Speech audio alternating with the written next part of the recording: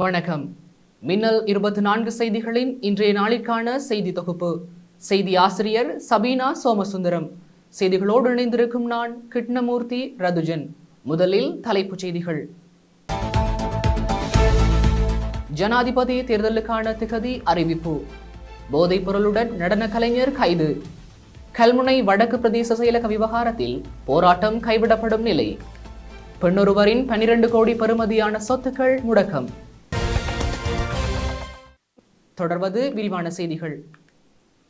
அஸ்வெசும உள்ளிட்ட ஏனைய நிவாரண திட்டங்களின் கீழ் நாட்டில் உள்ள வறிய மக்களுக்கும் பெருமளவிலான நிதியை நேரடியாக கொண்டு சேர்க்க முடிந்தது என ஜனாதிபதி ரணில் விக்ரமசிங்க தெரிவித்துள்ளார். இன்று வியாழக்கிழமை நாடாளுமன்றத்தில் அவர் ஆற்றிய விசேட உரையின் போது அவர் இதனை தெரிவித்தார். சிறுநீரக நோயாளிகள், முதியோர், ஊனமுற்றோர் ஆகிய தரப்பினருக்கு வழங்கப்படும் கொடுப்பனவுகள் 2024 ஏப்ரல் முதல் 50% அதிகரிக்கப்பட்டுள்ளன. இத்திட்டத்தின் கீழ் சமுர்த்தியை விட 3 மடங்கு அதிகமான பணம் வறிய மக்களை சென்றடைகின்றது. இந்த நிவாரண திட்டங்களுக்காக 2024 ஆண்டில் 205 பில்லியன் ரூபாய் செலவிடப்படும் என ஜனாதிபதி அங்கு தெரிவித்தார். 2024 ஆண்டு ஜனாதிபதி தேர்தலுக்கான வாக்குப்பதிவு எதிர்வரும் செப்டம்பர் மாதம் 17 முதல் அக்டோபர் மாதம் 16 இடைப்பட்ட காலப்பகுதியில் நடைபெறும் என தேர்தல்கள் ஆணைக்குழு அறிவித்துள்ளது. இதன்படி தேர்தல் குறித்த வேட்பு மனுக்கள் உரிய காலப்பகுதியில் இடம்பெறும் என தேர்தல்கள் ஆணைக்குழு வெளியிட்டுள்ள அறிக்கையில் தெரிவிக்கப்பட்டுள்ளது. குஷ் என்ற போதைப் பொருளை இலங்கைக்கு கொண்டு வந்த நபரை கட்டுநாயக்க விமான நிலைய போலீஸ் போதைப்பொருள் ஒழிப்பு பிரிவு அதிகாரிகள் கைது செய்துள்ளனர். கோமாகம பிரதேசத்தில் வசிக்கும் 32 வயதுடைய கிளப் நடன கலைஞரே இவ்வாறு கைது செய்யப்பட்டுள்ளார். 5 மில்லியன் ரூபாய்க்கும் அதிகமான 5 கிலோ 278 கிராம் எடையுடைய குஷ் கஞ்சா தனித்தனியாக பொதி செய்யப்பட்ட 36 பொதிகள் இதன் போது மீட்கப்பட்டுள்ளது. ஸ்ரீலங்கா சுதந்திர கட்சியின் தலைவராக முன்னாள் ஜனாதிபதி மைத்ரிபால சிறிசேன செயற்படுவதற்கு விதிக்கப்பட்ட தடையை இம்மாதம் 29 வரை நீடிக்குமாறு கொழும்பு மாவட்ட நீதிமன்றம் இன்று வியாழக்கிழமை உத்தரவிட்டுள்ளது. முன்னாள் ஜனாதிபதி சந்திரிகா பண்டாரநாயக்க குமாரதுங்கவினால் தாக்கல் செய்யப்பட்ட மனு இன்று கொழும்பு மாவட்ட நீதிபதி சந்துன் விதான முன்னிலையில் மீண்டும் விசாரணைக்கு எடுத்துக் கொள்ளப்பட்ட நிலையில் இவ்வாறு உத்தரவிடப்பட்டுள்ளது. இந்த வழக்கு தொடர்பான ஆட்சேபனைகள் இருந்தால் மனு தாக்கல் செய்யுமாறு பிரதிவாதிகளுக்கு உத்தரவிட்ட நீதிபதி குறித்த வழக்கை இம்மாதம் 29 மீண்டும் அழைப்பதற்கு உத்தரவிட்டார். முன்னாள் ராஜாங்க அமைச்சர் டயானா கமகேவுக்கு வெளிநாடு செல்வதற்கு தடை விதித்து கொழும்பு நீதவான் நீதிமன்றம் இன்று வியாழக்கிழமை உத்தரவிட்டுள்ளது. இரட்டை பிரஜா உரிமை தொடர்பான வழக்கில் மனுதாரர் தரப்பு சட்டத்தரணிகள் விடுத்த கோரிக்கையை பரிசீலித்த கொழும்பு நீதவான் திலின கமகே இந்த உத்தரவை பிறப்பித்துள்ளார். இந்த உத்தரவின் பிரதிகள் குடிவரவு குடியகழ்வு கட்டுப்பாட்டாளர் நாயகத்தின் அலுவலகம் மற்றும் தேசிய புலனாய்வு பணிப்பாளர் அலுவலகத்திற்கு அனுப்பி வைக்கப்பட்டுள்ளது. மட்டக்களப்பு வந்தாரமுலை பகுதியில் இன்று வியாழக்கிழமை இடம்பெற்ற விபத்தில் 2 காயமடைந்துள்ளனர். டிப்பர் வாகனம் ஒன்று வீதியில் பயணித்துக் கொண்டிருந்த வேளை அதன் சக்கரம் உடைந்து வேக கட்டுப்பாட்டை இழந்தமையினால் வீதியை விட்டு விலகி விபத்திற்குள்ளானதாக அங்கு நின்றவர்கள் தெரிவிக்கின்றனர். இதன்போது டிப்பரில் பயணித்த சாரதி மற்றும் உதவியாளர் ஆகிய இருவரும் காயங்களுக்குள்ளாகிய நிலையில் வைத்தியசாலையில் அனுமதிக்கப்பட்டுள்ளனர். இதேவேளை விபத்து தொடர்பில் மட்டக்களப்பு சந்திவள்ளி போலீசார் மேலதிக விசாரணைகளை முன்னெடுத்து வருகின்றனர். கல்முனை வடக்கு பிரதேச செயலகத்தின் மீதான தொடர்ச்சியாக நிர்வாக அடக்குமுறைகளுக்கு எதிராக அங்குள்ள பொதுமக்கள் 46வது நாளாக இன்று வியாழக்கிழமை கவனஈர்ப்பு போராட்டத்தை முன்னெடுத்து வருகின்றனர். குறித்த பிரதேச செயலகத்தின் முன்பாக கடந்த மார்ச் மாதம் 25 பொதுமக்கள் பல்வேறு சுலோகங்களை உள்ளடக்கிய பதாதைகளை தாங்கிய வண்ணம் அமைதி வழியில் ஒன்று கூடி போராட்டம் ஒன்றினை முன்னெடுத்திருந்தனர். அதன் தொடர்ச்சியாக 46வது நாளாக இன்றும் பல்வேறு சுலோகங்களை முன்வைத்து போராட்டத்தை தொடர்ந்து மேற்கொண்டு வருகின்றனர்.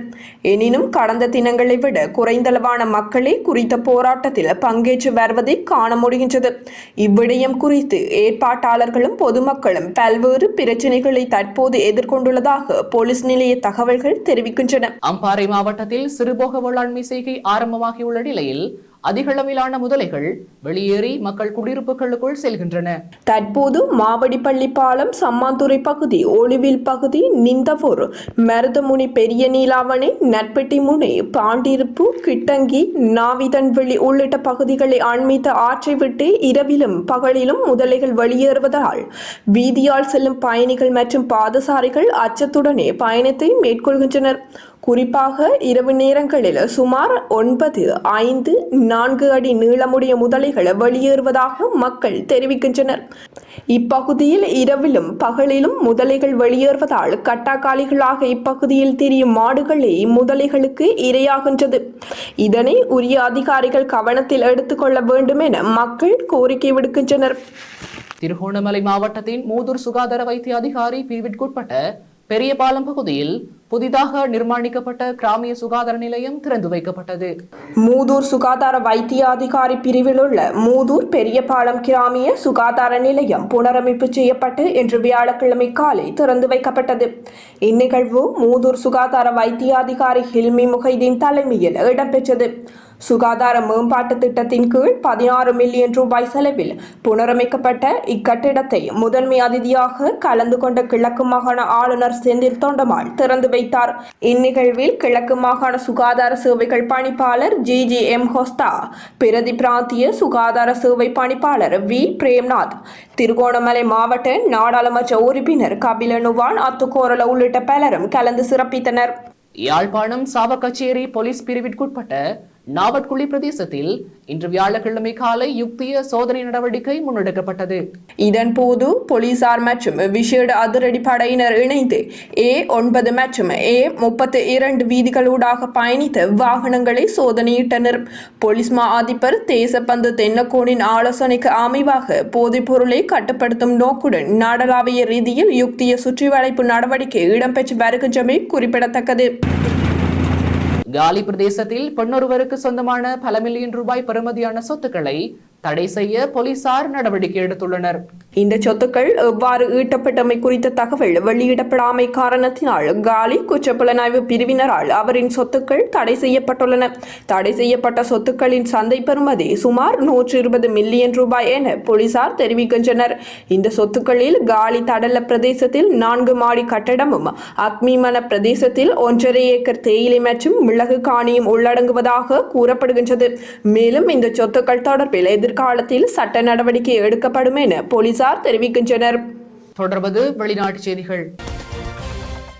இஸ்ரேல் காசா நகரமான ரஃபா மீது பாரிய தாக்குதலை மேற்கொண்டால் இஸ்ரேலுக்கு சில ஆயுதங்களை வழங்குவதை நிறுத்துவோம் என அமெரிக்க ஜனாதிபதி ஜோ பைடன் எச்சரித்துள்ளார். அவர்கள் ரஃபாவிற்குள் நுழைந்தால் நான் ரஃபா விடயத்தில் வரலாற்று ரீதியாக பயன்படுத்தப்படும் சில ஆயுதங்களை வழங்க தயாரில்லை என பைடன் தெரிவித்துள்ளார். அதேவேளை இஸ்ரேல் பாதுகாப்பாய் இருப்பதையும் தொடர்ந்தும் உறுதி செய்வேன் எனவும் பைடன் தெரிவித்துள்ளார். நாங்கள் ஆர்ட்டிலரி எறிகணைகளையும் ஆயுதங்களையும் இஸ்ரேலுக்கு வழங்க மாட்டோம் எனவும் பைடன் தெரிவித்துள்ளார். தற்போது ரஃபாவில் காணப்படும் நிலையை தரை நடவடிக்கை என அமெரிக்கா தெரிவிக்காது. இஸ்ரேலிய படையினர் இன்னமும் பொதுமக்கள் வசிக்கும் பகுதிகளிற்குள் செல்லவில்லை என தெரிவித்துள்ள பைடன் இஸ்ரேலிய படையினர் எல்லையில் தான் உள்ளனர் எனவும் குறிப்பிட்டுள்ளார். ஆனால் மக்கள் வசிக்கும் பகுதிக்குள் இஸ்ரேலிய படையினர் நுழைந்தால் நாங்கள் ஆதரிக்க மாட்டோம் என இஸ்ரேலிய பிரதமருக்கு தெளிவாக தெரிவித்துள்ளேன் என பைடன் குறிப்பிட்டுள்ளார். தொடர்வது விளையாட்டுச் செய்திகள். 17வது இந்தியன் பிரீமியர் லீக் தொடரின் 57வது போட்டியில் லக்னோ சூப்பர் ஜெயண்ட்ஸ் அணியை வீழ்த்தி சன்ரைசர்ஸ் ஹைதராபாத் 10 விக்கெட்டுகளினால் வெற்றி பெற்றுள்ளது. இப்போட்டி நேற்று புதன்கிழமை ஹைதராபாத் ராஜீவ் காந்தி விளையாட்டரங்கில் இடம்பெற்றது. போட்டியில் முதலில் துடுப்படுத்தாட தீர்மானித்த லக்னோ சூப்பர் ஜெயண்ட்ஸ் 20 ஓவர்களில் 4 விக்கெட்டுகளை இழந்து 165 ஓட்டங்களை பெற்றுக்கொண்டது. 166 ஓட்டங்களை வெற்றி இலக்காக கொண்டு பதிலுக்கு துடுப்படுத்தாடிய சன்ரைஸ் ஹைதராபாத் 9.4 ஓவர்களில் விக்கெட் இழப்பின்றி 167 ஓட்டங்களை பெற்று வெற்றியீட்டியது. இதேவேளை யாழ்ப்பாணத்தை பிறப்பிடமாக கொண்ட இலங்கை சுழல்பந்து வீச்சாளர் விஜயகாந்த் வியாஸ்காந்த் இந்த போட்டியின் மூலம் IPL கிரிக்கெட் தொடரில் அறிமுகமானார். சன்ரைஸ் ஹைதராபாத் அணிக்காக விளையாடிய அவர் மிகச் சிறப்பாக 4 ஓவர்களை வீசி 27 ஓட்டங்களை மாத்திரம் பெற்றுக் கொடுத்தார். இந்த போட்டியின் பின்னர் லக்னோ அணியின் உரிமையாளர் கோயங்கா லக்னோ அணியின் கேப்டன் KL ராகுலை அழைத்து கடுமையான கோபத்துடன் பேசும் காணொலி ஒன்று வெளியாகியுள்ளது. கோயங்கா அணி தலைவருடன் கடுமையாக பேசும் வகையில் இந்த காணொளி வெளியாகி இருந்ததுடன் இருவரும் என்ன பேசிக் கொண்டனர் என்பது பற்றிய தகவல் இதுவரையில் வெளிவரவில்லை. இதேவேளை நெட்டிசன்கள் கோயங்கா செய்தது சரியான செயல் இல்லை என்று தங்களது கருத்துக்களை முன்வைத்து வருகின்றனர். அமெரிக்க தூதுவர் ஜூலி சங்கிற்கும் இலங்கை தேசிய அணியை பிரதிநிதித்துவப்படுத்தும் வீரர்களுக்கும் இடையில் சிநேகபூர்வ உரையாடல் இடம்பெற்றது. இதன்போது இலங்கை கிரிக்கெட் அணியின் வீரர்களும் அமெரிக்க தூதுவர் ஜோலி சங்கம் இணைந்து எடுத்த செல்ஃபி புகைப்படம் சமூக வலைதளங்களில் பரவி வருகின்றது. மேற்கிந்திய தீவுகள் மற்றும் அமெரிக்காவில் நடைபெற்ற உலக கிண்ண 2020 கிரிக்கெட் தொடரில் பங்கேற்கவுள்ள இலங்கை கிரிக்கெட் அணியில் அங்கம் வகிக்கும் உறுப்பினர்களுக்கான விசா விண்ணப்ப பணியின் போது இந்த செல்ஃபி புகைப்படம் எடுக்கப்பட்டுள்ளது. எனினும் அமெரிக்க தூதரகத்தால் இருவரின் விசாக்கள் நிராகரிக்கப்பட்டுள்ளதாக தெரிவிக்கப்படுகின்றது. இந்த தொடரில் அணியுடன் இணைந்து கொள்ளவிருந்த இலங்கை அணி வீரர் ஒருவரதும் அணி உதவியாளர் ஒருவரதும் விசாவே இவ்வாறு நிராகரிக்கப்பட்டுள்ளதாக தெரிவிக்கப்படுகின்றது. இத்துடன் இன்றைய நாளிற்கான எமது செய்தி தொகுப்பு நிறைவடைகின்றது. தொடர்ந்து வார நாட்களில் மாலை 6 மணிக்கு எமது செய்திகளை எதிர்பாருங்கள். மேலதிக செய்திகளை பார்வையிட www.minnal24.com என்ற எமது இணையதளத்திற்குள் பிரவேசியுங்கள். நன்றி.